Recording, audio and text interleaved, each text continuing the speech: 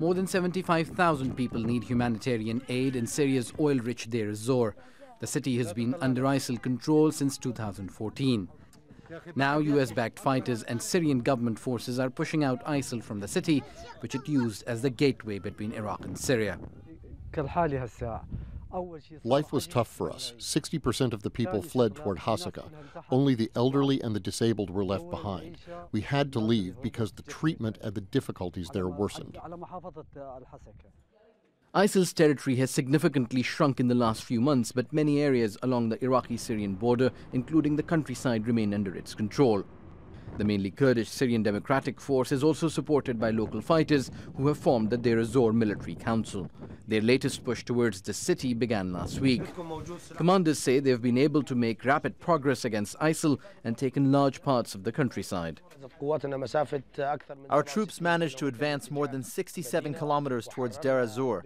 We liberated many areas, and after that we moved toward the city and the industrial area. We have full control of the industrial area, and now our forces have cut the main road to Hasaka from Deir Az Zor. These advances bring the US-backed fighters a few kilometers from the eastern bank of the Euphrates River. That's where Russian-backed Syrian regime forces have been making gains against ISIL. An advisor to President Assad says government forces will confront all who stand in its way, even US-backed troops. Airstrikes on Saturday killed SDF fighters on the front line in Deir Az Zor. It wasn't clear whether the strike was carried out by Syrian or Russian jets. Attacks like this highlight the complexity of the battlefield in Syria. Local forces are doing most of the fighting, but they are backed by many world powers, including Turkey, Iran, Russia, and the United States. But it's Syrian civilians who are suffering the most.